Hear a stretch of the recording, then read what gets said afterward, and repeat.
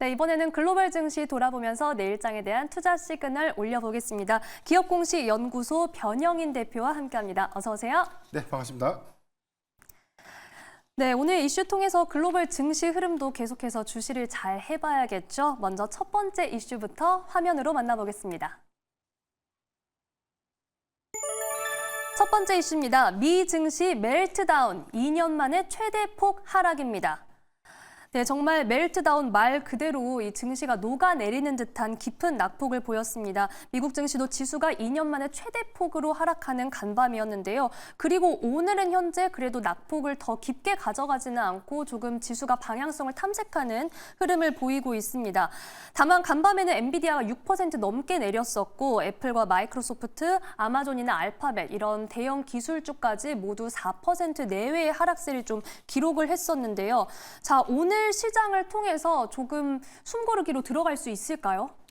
전체적인 좀 상황들을 보면 우리가 좀 오늘 뭐 오전부터 어제부터 오늘 오전 오후 할 것 없이 계속해서 이제 하락했던 원인들은 좀 너무 많이 우리가 들었기 때문에 간단하게만 좀 정리를 하면 지금 경기 침체 국면으로 인한 하락, 뭐 글로벌 팽세일이라고 불리는 뭐 10%대 하락이 사실 뭐 경기 침체 시그널이 갑자기 나왔다. 이 부분에 대해서는 좀 동의하긴 어렵다는 건 다 알고 있는 사실이고요. 엔캐리 트레이드 영향, 그러면 얼마만큼 청산이 됐고 얼마만큼 남은 미 잔여 청산 물량들이 시장에 좀 영향을 줄까, 이게 좀 관건인데 저는 한 70% 이상은 좀 소화가 됐다라고 보고 있고, 이게 단기적으로는 사실 이 하반 경직성들이 좀 더 완화되는 시그널은 아니다.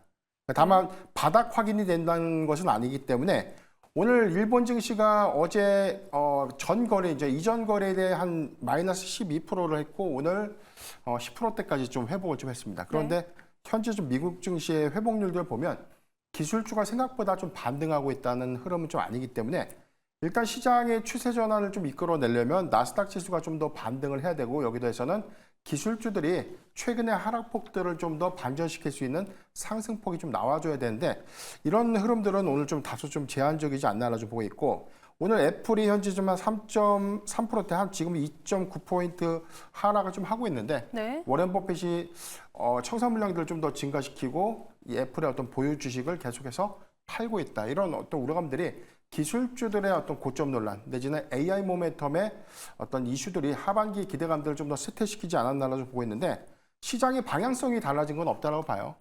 지금 우리가 클라우드 서비스 3사 뭐 메타라든가 뭐 아마존 그리고 마이크로소프트의 경우에는 뭐 약간의 온도차들은 좀 있지만 하반기 투자 요인들을 확대시킬 수 있고 2025년도까지는 계속해서 AI 투자 힘들지만 가야 된다. 이렇게 좀 강조를 하고 있기 때문에 이 기조에 대한 변함은 없다라고 좀 보고 있고, 장기 플랜에서는 지금 아마존의 경우에는 이 서비스 품목에 대한 데이터 센터 향에 대한 어떤 이 건립, 여기 관련된 어떤 설비 투자를 10년 이상에 대한 장기 플랜으로 이 막대한 자금을 지금 쏟아붓겠다라고 좀 공언을 했기 때문에 이런 부분들에 대한 어떤 정체성이라든가 방향성들은 좀 틀리지 않는데, 단기에 미국 증시가 급등했고 이에 관련된 어떤 고점 부담들이 계속해서 시장의 어떤 방향성들을 흐려놓는 그런 원인으로 좀 작용하지 않았나라고 좀 보고 있기 때문에 오늘 사실 변곡점이 좀 될 수 있는 요인들이 있다라고 좀 보여지고, 내일장에서 사실 뭐 미국의 기술주가 오늘 생각보다 반등하지 못한다면 계속해서 주식이 뭐 낙폭 확대 부분을 좀 이어질 수 있는 어떤 시그널도 좀 아니지만 그래도 투자 심리 관점에서는 크게 좀 상승하기보다는 좀 단기간 좀 횡보할 수 있는 가능성이 높지 않을까. 그래서 좀 변곡점으로 보이고 있는 포인트는 8월 중순에 엔비디아의 2분기 실적 발표. 실적 발표. 그렇죠. 여기에 관련된 실적 발표와 3분기 가이던스, 그리고 여기도 해서는 하반기에 엔비디아의 사업 전략이라든가 방향성들이 좀 더 구체화가 되면 오히려 이제 턴 어라운드 할 수 있는, 추세를 좀 돌릴 수 있는 어떤 시그널, 이런 부분들도 굉장히 좀 중요한 포인트가 아닌가라고 좀 보고 있기 때문에 지금 전반적인 어떤 사항들은 기술주의 반등이 먼저 수반돼야 되지 않나라고 좀 판단해 보고 있습니다. 네, 아무래도 말씀해 주신 것처럼 오늘 아시아 증시는 좀 반등하는 흐름을 보여줬지만 현재 미국 증시는 그렇게 시원한 흐름을 보여주지 못하고 종목별로도 엇갈린 흐름을 보여주고 있습니다. 더군다나 애플에 대해서도 지금 짚어주셨고 엔비디아 실적도 저희가 기다려야 되는 상황에서 이런 대형 기술주들과 관련해서는 아무래도 최근에 이런 잡음들이 조금 있었잖아요. 이런 이슈들도 영향이 계속해서 가는 거겠죠? 기술주들은 계속해서 좋은 내용들보다는 우리가 좀 2차 전지 섹터와 좀 요즘 많이 비교를 좀 해요. 2차 전지는 자고 나면 노이즈라고 하는 그런 이슈들이 좀 있죠. 근데 엔비디아가 요즘 뭐 타겟이 됐는데 갑자기 뭐 블랙엘의 뭐 양산 지연 이슈 있었는데 회사가 부인했어요. 설계 공정상 이슈는 있지만 정상적으로 생산하고 있다고 밝혔고, 그러니까 여기서 아직은 팩트 체크가 좀 명확하게 좀 됐거나 이게 실적에 반영돼서 수치로 좀 증명된 데이터들이 아닌데, 뭐 반독점법 위반 행위라든가 뭐 관련돼서 뭐 독과점 우려라든가 뭐 규제 이슈라든가 뭐 그 이후에는 뭐 양산에 관련된 어떤 지연 이슈라든가 계속해서 악재만 좀 나오고 있는데, 과거 뭐 최근의 사례를 보면 애플이 좀 가장 큰 악재들이 있었지만 오히려 하반기에 오히려 이 다양한 모멘텀들에 대한 기대 요인을 좀 충족시켰던, 네. 그래서 주가 좀 단기간 상승할 수 있었던 어떤 배경으로 작용하지 않았나라 좀 보세요. 최근에 이 거래일간 애플의 하락하게 된 배경들을 보면 지금 뭐 기술주들이 뭐 단기간에 대한 차익 매물들이 좀 강하게 나올 수 있는 시그널, 이 부분 때문에 사실 저는 뭐 수급적인 측면이 있다라고 보고 있고, 방향성에 관련된 이견은 좀 없다라고 보이기 때문에 일단 현재 구간에 관련된 어떤 차익 매물을 좀 소화하거나 완충될 수 있는 어떤 주가의 어떤 이 변동 구간들을 좀 더 소화한다면 저는 이제 하반기에는 오히려 좀 기대할 수 있는 요인들이 더 크지 않나라고 좀 보고 있기 때문에 노이즈 이슈에 너무 흔들릴 필요는 없다라고 좀 보고 있습니다. 네. 여기 더해서는 뭐 우리가 좀 유의된 포인트의 경우에는 뭐 중국에 관련된 규제들이 조금 더 확대될 수 있는 요인들, 이 부분은 좀 리스크라고 판단해 볼 수 있는데 아직 확정된 부분들은 아니라는 거죠.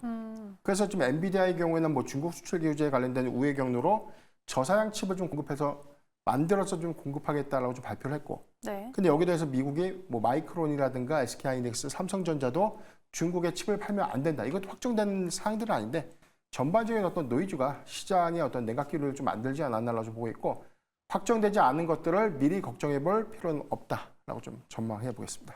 네, 아무래도 기술주와 관련해서도 확정되지 않은 부분을 미리 걱정할 필요는 없다라고 얘기를 해주셨는데, 이게 사실 경기 침체 우려에 대한 부분에도 똑같이 적용되는 부분인 것 같습니다. 경기 침체 우려가 오히려 과도했다. 그래서 지표 하나에 조금은 진정되는 흐름을 보이기도 하는데, 이런 우려는 제대로 시장이 직시하고 있는 겁니까? 아니면 조금 과장된 부분이 있는 겁니까?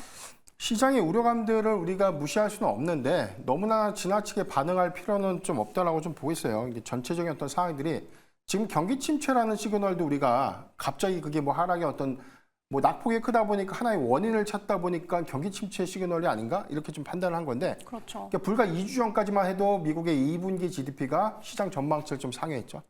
그러니까 이때까지만 해도 나왔던 이야기가 골디락스. 맞아요. 인플레이션은 완화되고 경기는 좋아지는, 그래서 가장 베스트 구간에 진입할 수 있다. 그래서 이제 골디락스 구간 가고 하반기에 금리 내리면 주가 좋아지겠다, 이렇게 다 생각을 한 거거든요. 근데 2주 뒤에 갑자기 7월 고용지표 실업률이 시장 컨센보다 올라갔다고 지금 경기 침체를 좀 운운하는 것은 다소 좀 지나친다라고 좀 판단한 것처럼, 여러 가지 대외 이슈 상승을 하고 난 이후에 그리고 하락 전환을 한다면 하락 전환하는 그 원인과 명분을 좀 찾게 되는데, 그 부분에 너무 우리가 좀 짜맞추기 할 필요는 없다고 봐요.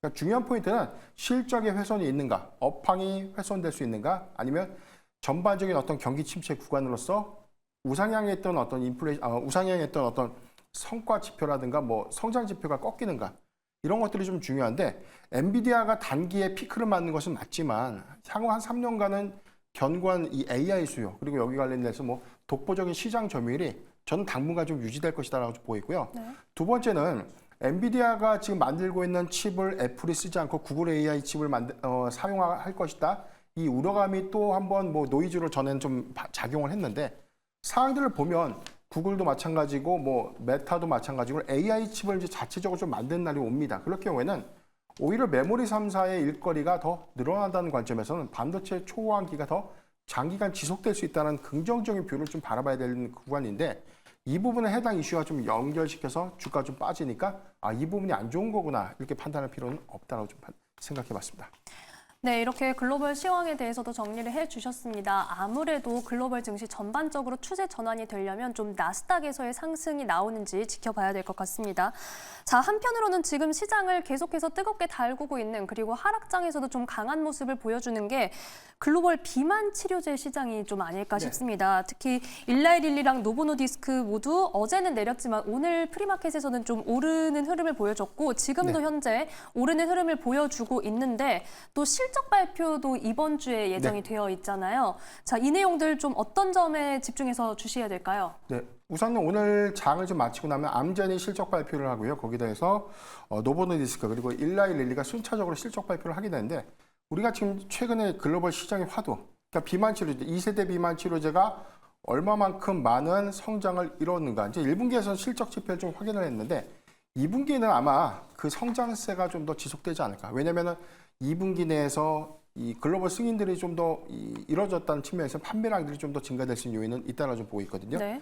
최근의 경우에는 뭐 일라이릴리가 이 제파운드의 중국 승인이 좀 있었고 오늘의 경우에는 뭐 한국에서도 같은 이 약물인데 이름이 좀 다른 마운자로가 한국에서도 좀 승인됐기 때문에 지금 위고비를 좀 대항할 수 있는 뭐 일라이릴리의 이 비만 치료제가 사실 시장의 경쟁 체제를 좀 더 본격화시키는 어떤 기대감으로 좀 작용하지 않을까라고 보습니다.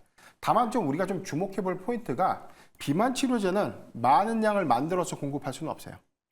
이게 펩타이드라는 어떤 단백 성분을 좀 배양시켜서 만들기 때문에 네. 우리가 약물을 뭐 그냥 찍어내듯이 막 만들 수 있는 게 아니라 배양을 시켜서 만들어야 되기 때문에 이 공급량에는 한계가 있습니다. 그런데 이제 비만 치료제에 대한 수요는 굉장히 많다 보니까 당연히 단가가 좀 비싸질 수밖에 없고 그러다 보니까 이게 매일 맞았던 1세대 약물 삭센다 해서 일주일에 한 번만 맞는 뭐 위고비라든가 뭐 마운제로 같은 그런 2세대 약물로 좀 이 전환이 좀 됐는데 여기에 대해서 좀 암젠의 경우에는 한 달에 한 번만 맞아도 되는 마리테아이드라는 약물의 임상 이상을 현재 좀 시작을 좀 하고 있다. 그래서 이게 장기 지속형 약물 제형제로 바뀌게 되면 적은 양으로 많은 약물을 더 공급할 수 있기 때문에 판가 관점에서도 굉장히 좀 긍정적이고 오히려 수익 지표가 더 확장될 수 있는 측면으로 기여가 될 수 있는 요인이기 때문에 비만 치료제를 만들고 있는 회사들의 경우 특히나 이 2세대 약물을 지금 선도하고 있는 뭐 노보노디스크라든가 일라이릴리의 경우에는 지금 장기 지속형 제형제 2.5세대 약물이라고 불리는데 이 약물에 대한 제형제를 더 빠르게 좀 선점할 수 있는 가능성이 크지 않을까라고 보고 있습니다. 우리가 시장에서 좀 익히 알고 있었던 부분들이 이제는 좀 이게 일주일에 한 번 맞는 거, 한 달에 한 번 맞는 것도 지금 너무 아프다. 그러다 네. 보니까 먹는 뭐 비만 치료제, 경구용으로. 그다음에 뭐 붙이는 뭐 패치형도 좀 개발을 하고 있는데 두 가지는 메커니즘상으로 보면 굉장히 편리하고 좋죠. 그런데 그렇죠. 지금 제형제로밖에 이 구현될 수 없는 이 비만 치료제가 패치형이라든가 경구용으로 좀 양산되기까지에 대한 과정은 저는 향후 한 5년 이상도 더 걸릴 수 있는 문제가 아닌가라고 보고 있기 때문에 우리가 포인트는 2세대 약물을 기반으로 해서 얼마만큼 더 많은 원가율을 갖고 얼마만큼의 더 많은 시장을 선점할 수 있는 기업에 대한 투자 매력도를 좀 더 높게 확인해야 되는 구간이 아닌가라고 보고 있습니다. 네, 이렇게 비만 치료제 현재 지금 제형 그리고 이 약을 맞는 주기에 대해서 네. 집중을 하고 있는 부분입니다.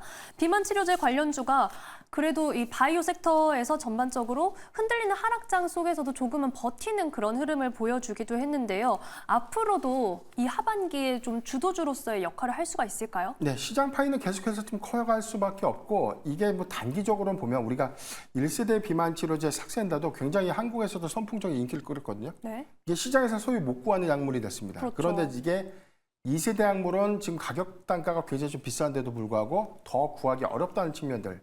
이 지표가 향후에 4년에서 5년간 2.5세대 약물이 출시되기 이전까지의 시장의 어떤 독점 체제를 일라이릴리와 노보노디스크가 좀 가져간다. 그렇게 좀 이해를 하시면 좋을 것 같고요.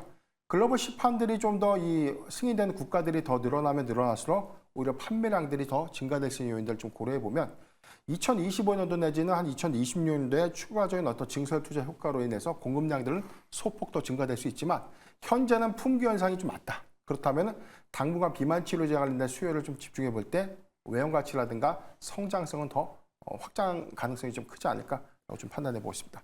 네, 그러면은 아무래도 지금 수요가 있는 만큼 공급난에 대한 부분만 해결이 되면은 실적 개선도 확실히 기대할 수 있는 부분인 거잖아요. 네, 지금 실적도 지금 확장 추세에 있는데 더 많이 벌기에는 기술적으로 한계가 있지만 그래도 증설 투자를 해서 계속 배양을 많이 해가지고 이제 가는 이 제형제 또는 여기서 일주일에 한 번 맞는 것도 한 달에 한 번 맞는 2.5세대 내지는 3세대로 진화가 좀 가능하다면 오히려 현재보다 약 한 2.5배 정도의 공급량이 더 증가될 수 있는 부분들이기 때문에 점유율도 늘어나지만 판매량도 더 늘어날 수 있다. 이 점을 기억하면 좋을 것 같습니다.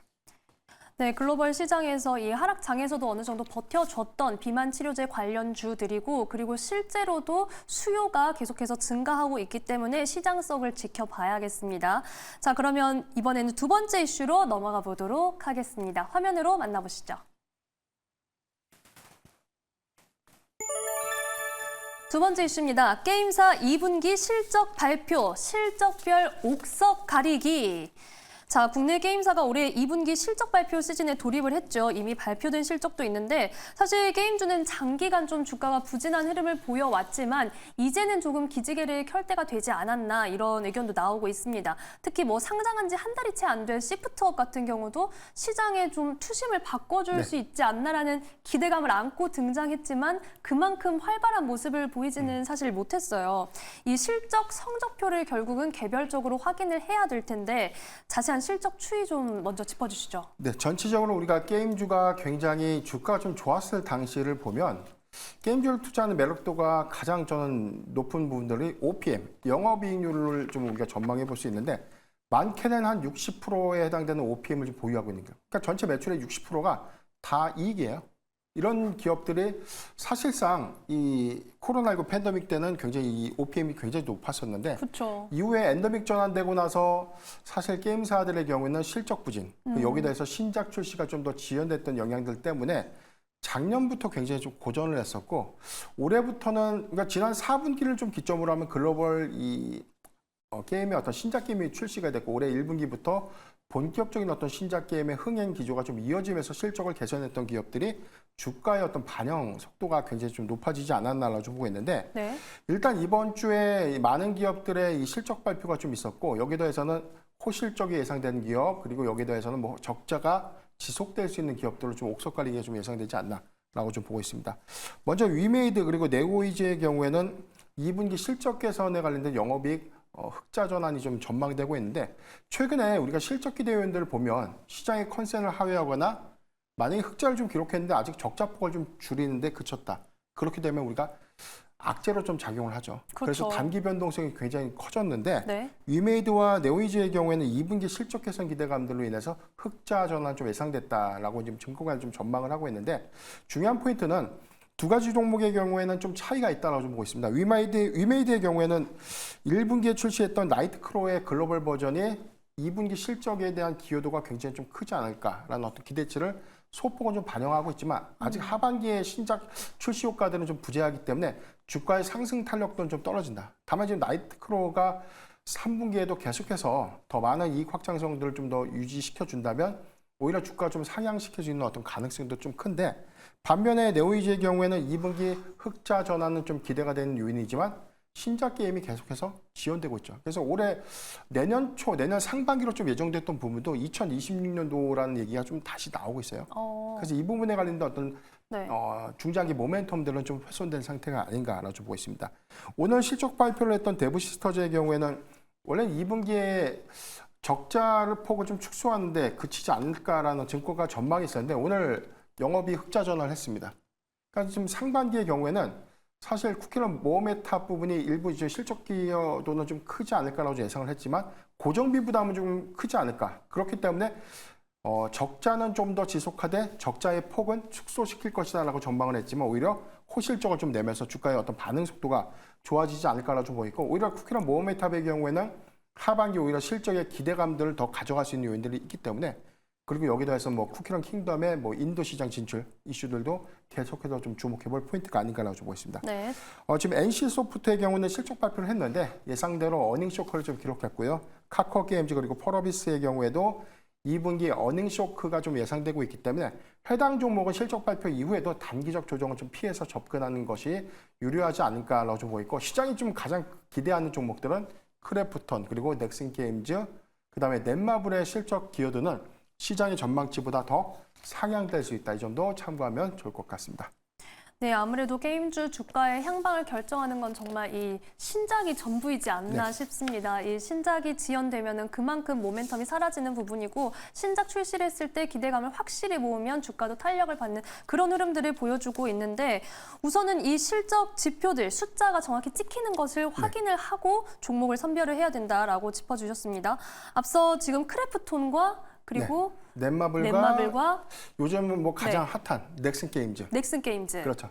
세 가지 종목은 단기적으로도 계속해서 좀 관심을 집중시킬 수 있는 부분들이 좀 많지 않을까. 왜냐면 첫 번째는 실적만 좋아서는 안 된다는 것이죠. 실적에 대한 이 개선도 중요한데 실적을 잘 내면서 하반기 신작 모멘텀이 있는가, 내년도까지 기대할 수 있는 신작 이벤트들이 좀 남아 있는가. 그리고 21일 날에는 뭐 게임사들이 좀 집중할 수 있는 단기 이벤트가 있어요. 지금 게임스컴 2024가 독일에서 좀 개최가 됐는데 네. 여기에 대해서 뭐 크래프톤도 좀 참가를 하고 주요 이제 게임사들이 참가해서 아직 공개되지 않은 뭐 데모 버전을 공개한다든가 하반기 신작을 공개하는 어떤 자리들이기 때문에 최근에 이 증시 조정 이슈 때문에 게임주도 수급이 좀 많이 위축됐던 흐름들 좀 보여줬지만 전거래일에 하락했던 낙폭을 오늘 대다수 게임주들이 대부분 좀 갭은 좀 메꿨다라고 볼 수 있기 때문에 네. 비교적 수급은 견고하다라고 좀 볼 수 있겠습니다.